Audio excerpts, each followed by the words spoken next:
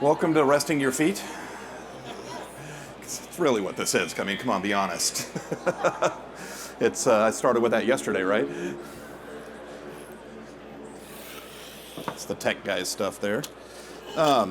Thank you for being here. Welcome to Coverings 2023. I'm Brett with Merkrete Systems, also representing Sika Tile. Sika, just so you guys know and understand, Sika is a kind of our umbrella mothership that owns us, a very large company worldwide.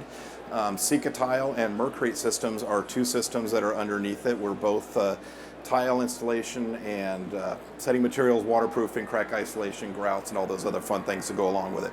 But today we're going to be talking about some Sika Tile products. We're going to be going through what we call unwanted callbacks. I did a presentation yesterday over on the other side of the show here, but today we're going to be doing kind of that same presentation, but with a little bit of hands-on or a little bit of showing some products. When it comes to grouts, who's my installers in here? Installers. We go Delaware. I remember this time. As a manufacturer, the one product that we make that is seen at the end of the day or by the homeowner is grout. And grout can be one of our biggest nemesis out there. I'm in the technical department for our company, and I'd probably say 80% of the phone calls I get are somebody talking about grout, whether it be pinholes, efflorescence, shading is the one that we get the most of, or cracked grout joints. So we're going to kind of roll through those a little bit. It's going to be a fast-paced roll through. If you have any questions, please ask while we're doing this. I'm here for you more than I am here for me. We're going to be demoing something that everybody's scared of, and that's epoxy grout. When you hear the word epoxy for the installers, don't you get a little shiver right up the middle of your back? I'm going to show you a very easy epoxy that we have. It's still the consistent three-part epoxy, A, B, which are your resin and your hardener and the filler to go with it. But also on top of that, we're going to be showing how easy it is to clean and some of the additives as a manufacturer that we've done with it to make it so easy. We're also going to be showing you guys our ready-to-use grout, which we launched. It's an acrylic-based quartz-colored grout. So we're going to talk about that a little bit more in depth. But let's kind of get into this a little bit real quick.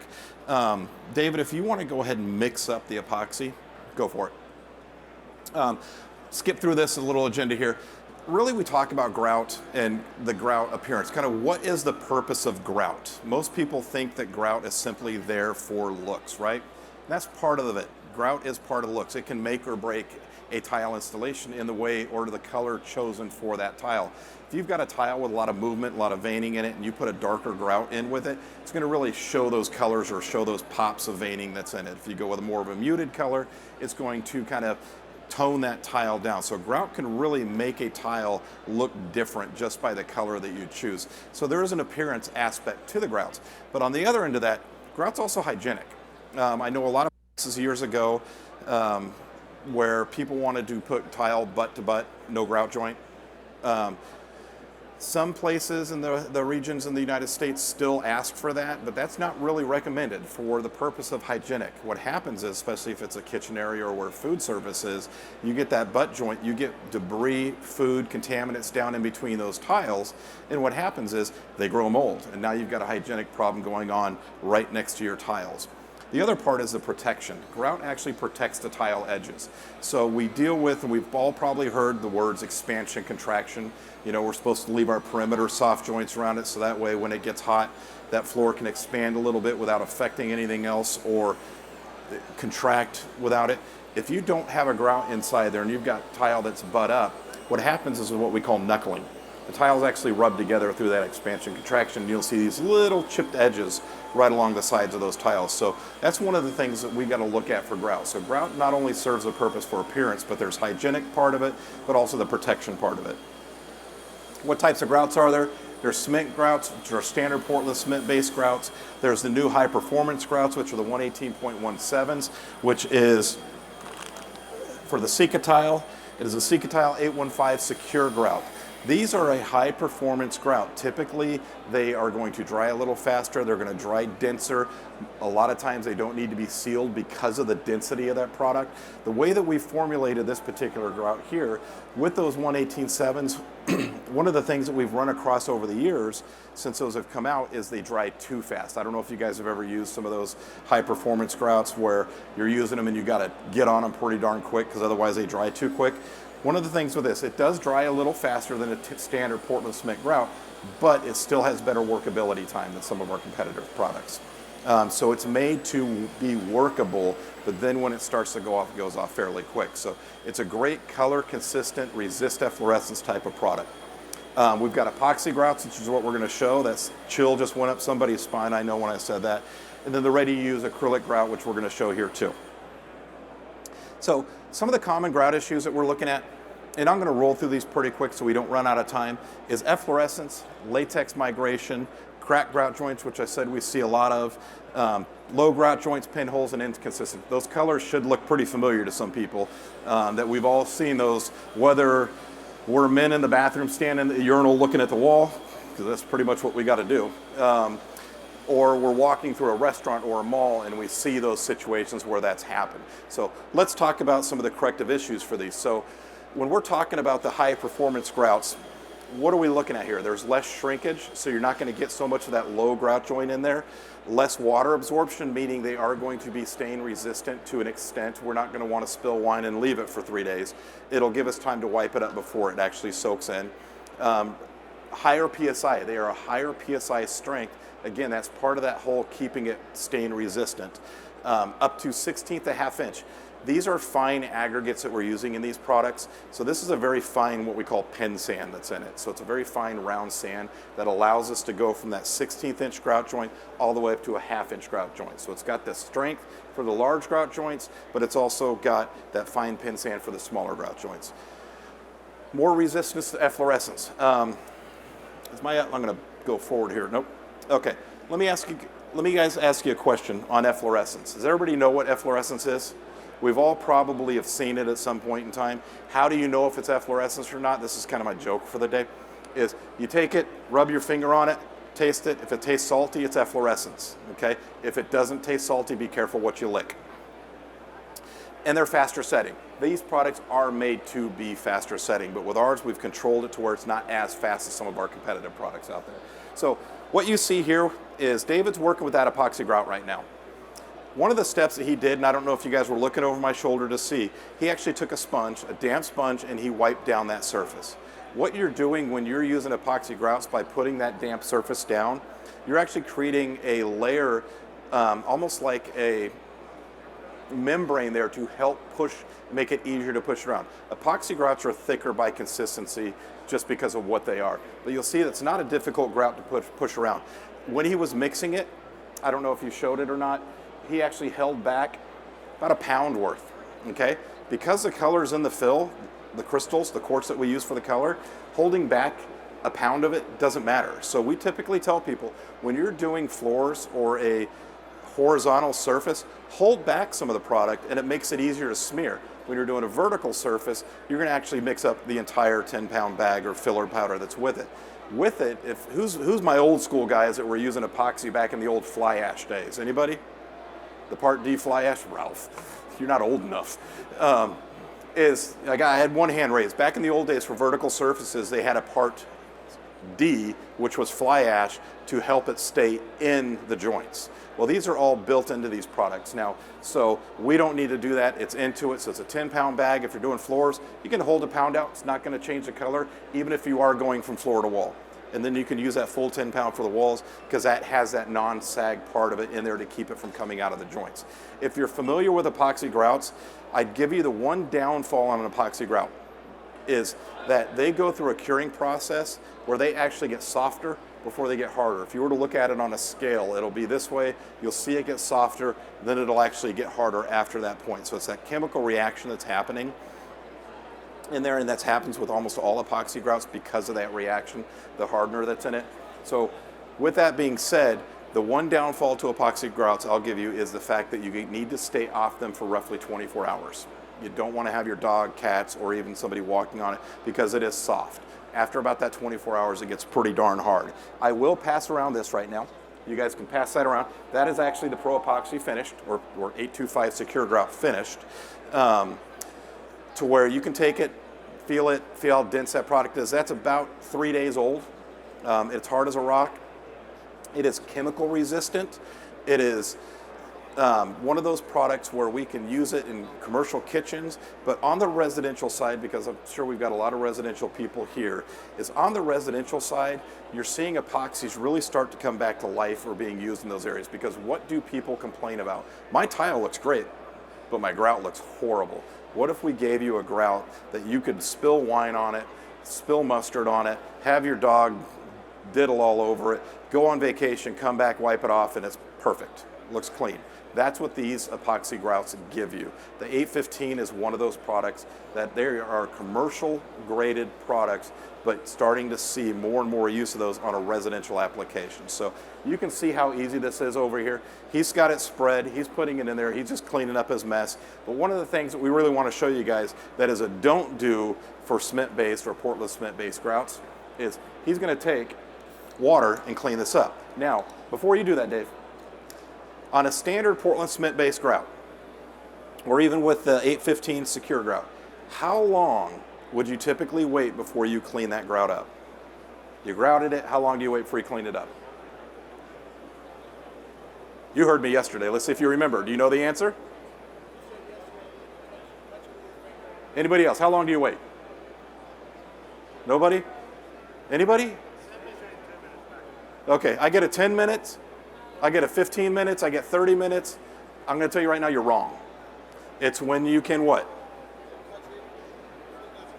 Give the man a speaker. When you can touch it firmly and pull your finger up and there's no grout left on your finger, okay? The old ways we used to do that was we'd wait for it to haze over.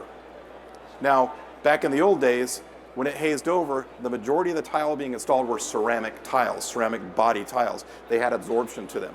Now we're in a situation where I'd say close to 85% of the tile being sold nowadays are porcelain tiles. They're 0.05 or less absorption rate to those tiles. So when it hazes over, that's no longer an indicator for that. So it could be 45 minutes, it could be 30 minutes, it could be 10 minutes, depends on the grout or location and the weather that's around you. It's when you can touch it firmly and there's nothing coming back on your finger. That's when it's time to clean it up. If you get on grout too soon, we can go. Okay, now, so Dave right here, what he's going to do on this epoxy, he's going to take that and he's going to do something that's a big no-no. He's going to basically take water and just drip water all over the top of this, okay? With a standard grout, you don't want to do that. It's what we call over-wetting or over-washing a green grout. Green meaning it's fresh or it's new. So when he goes to wipe this, he's basically just taking a sponge. You can use doodle bugs also to tool your grout joints. He's taking a sponge, he's wiping it off, he's doing what we call a slurry coat or tooling the grout joints. He's going to come back, rinse a sponge, and wipe it off. Now, if you guys could see this, I don't know if you could see it up here. You can see it a little bit here. If you were to come up and actually look at this, you'll actually see a white foam that's building up on top of this. So we actually add a surfactant, which is a fancy word for soap, to this product. So as you're agitating it, that soap is being agitated and it makes it easier to clean. So that's when I was talking about one of those things that we do to these products to make them easy to clean and easy to get the material off of it, and that way it doesn't leave it. Because one of the things epoxies are known for when you use them is they actually leave sometimes a oily residue behind. Kind of clean it off with warm water and some type of soft scrub or something, but we put the soap in the product and it's already there to make it easy to clean off. You guys saw the one that we passed around. There was no oily feeling. It's not a plasticky looking product because of the quartz or the filler that we're using in it. It gives it a traditional looking like a grout or a real Portland cement based grout product that you're seeing, but it's epoxy. So Dave's got that cleaned up. So once that's wiped down and all the residue from him tooling the grout joints are done, you walk away from it. You're done. You just want to stay off of it for roughly 24 hours. So we can go back to the slides. Okay, so 815 Secure Grout, I talked about just a moment ago. This is the 815 Secure ANSI 118.7. This is that high performance grout that I'm talking about. This is one of those products that, again, you're going to dry traditionally a little bit faster, harder, denser, but they are great products. Years ago, grouts used to be one of those things where it was kind of a cost issue. People would look at it and say, $10 a bag, $25 a bag. Okay, 10 years ago, we didn't have the size tiles that we're installing nowadays. So what used to take 10 bags of grout now takes half that or less. So people are starting to move towards these higher performance grouts because, once again, as I said earlier, installers, who likes callbacks? Raise your hand as an installer if you like callbacks. Ralph, you're not an installer. Most installers don't like to go back to the job unless they're going to do more work, right? If you got to go back, that means it's costing money. A lot of times grout is that problem. You got to go fix a part, patch a part, pull a tile, do this. These types of grouts, high performance grouts, A15 secure grout is going to give you, it's in the name, that security that you need. Okay, so epoxy we just talked about. Epoxy again, 50% less of water absorption, chemical resistant, resistant to staining, no sealing needed, high PSI strengths. These are great products out there. Okay, so we did the epoxy. Let's talk about some do's and don'ts. So, where's my little measuring bucket? Did that come up here? Is it? Let's talk about these products where we've got to mix those. If you want to start on this, I'll jump into that in just a second. Well, you know, I'm going to hold off on that. We're going to go straight over here back to David. David's going to be basically doing our Ultima, which is our ready-to-use grout. This is a ready-to-use grout. Pop the lid, it's ready to go. When you take the lid off of this, you'll see a piece of plastic inside. That plastic's just there to kind of hold it because there's a purpose for that plastic. We take that plastic, we set it off to the side. He takes the product, it's ready to go. No mixing necessary. Lift the bucket, I'm going to move on to this side. Okay, so we take the bucket, he took that plastic out, he set it off to the side. He's going to do the same thing that he did with the epoxy on this because water is your friend in this. So he's going to wet the surface down because that works as a lubricant to make it easier to spread. We take that product, and that's an important step. Take that product, he's wiped it. Now he takes his grout float, he's going to take it, put it out there. He's going to grout it just as he would any type of grout, whether it be the epoxy or Portland cement-based grout or the high performance 118.7 grouts. He'll take it, he'll put it out there, and he'll smear it into the grout joints. Now, the unique thing with this grout is it's going to apply just like a traditional grout. It's got a little bit of a sticky acrylic to it. I've got some on my finger that tells you how strong it is from earlier, from probably about an hour and a half ago that I tried to wash off. This stuff will actually stick, and it is a great grout. One of the unique proponents to this grout is it can be used in a semi-wet area, meaning I can use it in a shower. There's a lot of premix grouts that you cannot do that with. I can use it in a shower, on the walls, and on the floor of that shower. So very unique. We don't want to use it exterior. It's not exterior rated. It's an interior rated product. No sealing recommended for this product. Never need to seal it. It is stain resistant. It's not chemical resistant. That's what the epoxies, but it is stain resistant, ready to use, cleans up, dries in a couple of hours after he does it, but it is still applied just like a regular grout. One of the other things that we've changed with this grout is a lot of the ready-to-use grouts you can only need to do pretty small areas at one time. I don't know if you guys have ever used some of the products that are out there, but you got to do that 9 to 12 square feet or maybe 15 square feet at a time. Then you got to go clean it up because it starts to set off so fast. This product, we can probably get up, weather dependent, if there's a breeze coming across that floor, it might change things, but we could probably get up to 30 to 50 square feet at a time. Then we want to jump over and start cleaning this product up. You don't have to do the whole board, David. But nice thing is, as we talked earlier, how do you know when it's time to clean up? When you can firmly touch and it doesn't transfer to your finger, right? So with this product, we can start cleaning it up within 5 minutes of us applying it. He's going to get on it a little bit sooner, but about 5 minutes of time. Once it's exposed to air, it'll start setting off, but he can clean it. Now, that unique thing I said about the plastic there. When he's done using this product for this job, he collects his money, he can take that piece of plastic, put it right back in that bucket, put it firmly back down on the product, put the lid on it, and go take it and use it on another job 6 months, year later. Okay, so it's in a sense, a reusable product to where we can use that. One other thing which doesn't help with this particular show, some LVTs and LVPs have grout joints. This can be used as a grout for LVTs and LVPs. That's all we're going to say about that because we're at a tile show, right? Now, oops. Go back here. I grabbed this a few minutes ago. Do's and don'ts. When we're talking about grouts, especially those bag grouts, those Portland cement-based grouts, the 118.7, the high performance, still what we consider Portland cement-based, this is your most important tool right here.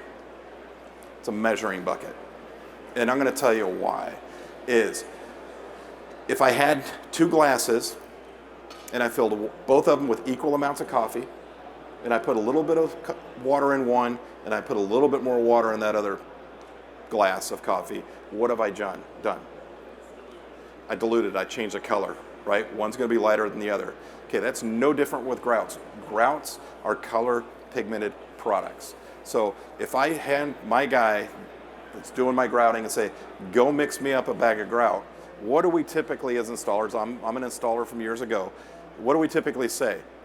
I want it peanut butter consistency, mayonnaise consistency. I'm gonna give him some reference point of consistency. So he's gonna mix it, throw his drill in it, mix it, and go, a little more powder, a little more water, a little more powder. He's not doing exacts. If you're using one bag of grout on that job, that might be okay, but if it's multiple bags of grout, especially with darker grouts, that could be a problem. You could end up on a darker grout with light beige, medium beige, darker beige, different colors, even though they're the same grout out of the same lot. It's because the water ratio was different each time. So in my garage, I have a bunch of these buckets. They all have something very unique to them. They have a hole in the side of them. Okay, and then I've got a little name. I put blue tape and write the name of the manufacturer on it, but it's got a hole in the side of it. It's what I refer to as monkey buckets. Now I can hand it to anybody that doesn't know what they're doing. Yes, I'm picking on you, Ralph. Give me my bucket back. Put it on a level surface, fill it up till the water pours out. Pour the water in the bucket, throw the bag in it and mix it. Now you have the same water consistency every single time you mix up that particular brand of grout. Okay, now, as a manufacturer, one of the things that we're not going to recommend is, we're going to recommend mixing the entire bag. Ask me why. Why, Brett? Why, Brett? Thanks, Clint. Okay, I pay these guys for something. Is because when a bag of product is made, grouts especially, they come out of the conveyor belt like this. They get filled up through a spout. That bag falls over, goes down a conveyor belt, okay? Gets wrapped around a pallet. Pallet gets picked up by a forklift, goes right up into the racks. Ralph orders a truckload of grout from me. I'm expecting that order today. Truckload of grout, that grout goes from a forklift to the back of a truck, goes from Georgia, my Georgia, to his Georgia, so up from south to north on a truck doing this, gets picked up by a forklift, does this, gets put in his stock, customer comes in and buys it, they pick up that bag of grout, goes in the back of his truck, he goes out to the job, takes that bag of grout, lifts it up, rips off the top, pours out half the bag. What's he missing? He knows. He's been here. This is his third time. Stalker. So with that being said, I always use this as a reference. Frosted Flakes. Don't matter what country you're from, we've all had Frosted Flakes, right? What's in the bottom of that bag? All the good stuff. So no different with these powder products. Portland cement, pigments, aggregates, all the other raw materials that we put in these products are of different sizes. So if you were to literally, not literally, but take a bag, cut it in half after not doing anything with it, and look at the side of it, it's gonna look like a Grand Canyon. All those different soil separations that you're gonna see. It's very similar to that. So what do we wanna do if we wanna use a half a bag? We wanna dry mix it. Now, I tell people this, take the bag, flip it end over end, side over side, roll it around, try to mix up the product back inside, then pour out half that bag. But we would prefer as a manufacturer to use the entire bag. Okay, because that can be very important. Not having everything in it is going to affect the performance of that grout if you're only using half and not paying attention to what you're doing. So, back to the slides and we're going to finish up here. Okay, so do's. Use the right grout for the right application. If it's a non-sanded application, if that's the case and you're using a non-sanded, that is a how big of a grout joint? For non-sanded grouts. 1/8 inch and under, right? How big's a sanded grout joint? 1/2 to 1/8 inch. 1/8 inch up to a 1/2 inch for sanded. So make sure you're using the right grout for the right application. Mix entire bag. See, I got it right there. Measure water for mixing. We talked about that. Always measure. Use appropriate tool. Your finger is not a grout flow. You'll end up with what we call strawberries in the industry on the ends of your fingers. Fully pack the joints, meaning you want to make sure that joint is full and there's no air pockets underneath it. Ensure tiles have appropriate coverage, okay? If you don't have appropriate coverage, I'll give you a real quick scenario here, especially with epoxies. What did I say about epoxy? What does it do as it's curing? It gets softer before it gets harder. I had a customer that was doing a Dunkin' Donuts 6x6 quarry tile. They needed 12 units of epoxy. You know how many they used on that job? Right around 60 buckets. Because what happened? They didn't have complete coverage under the quarry tile, so where do you think the epoxy grout went? Underneath it. That quarry was never going to come up, ever. But they used a lot of money because they didn't have appropriate coverage. Make sure grout joints are two-thirds free, meaning between tiles, when we're spreading our mortar and we install those tiles, make sure that your grout joint is able to accept roughly 2/3 the thickness of that tile. That helps with shading, and that helps with getting enough product into those joints to make it look right. As a manufacturer, we try to put all the products that we can inside these bags, so that way we can help with that dry, fast, slow, dry, fast, slow, dry, so that way we don't get shading. But inevitably, if a grout dries super fast, it's going to be lighter. If it's going to dry slower, it's going to be more true to color. But when you have a grout joint that looks like this inside of it, what are you going to get? Fast, slow, fast, slow, fast, slow, fast, slow. So we want to make sure those grout joints are 2/3 clean. Okay, use clean water. I use that to say, and some of the guys that were in here the other day, I had a customer in Palm Springs call me up saying, my white grout's green. What do you mean? How did white grout go green? Went out to the job site. I'm sitting on what we call a contractor stool, which is a bucket flipped upside down, sitting there looking at the grout going, my gosh, this grout is green. And there was no water on the job. It was a new construction job. Looked at the installer and I go, where did you get your water? Who's been to Palm Springs? It's very known for golf, right? This house was on a golf course. I was going to say a bad word. I kid you not. He looked up right at the water hazard. He didn't mix his grout with it, but he cleaned his water with water from the water hazard, which ended up tinting the grout green. Use clean water.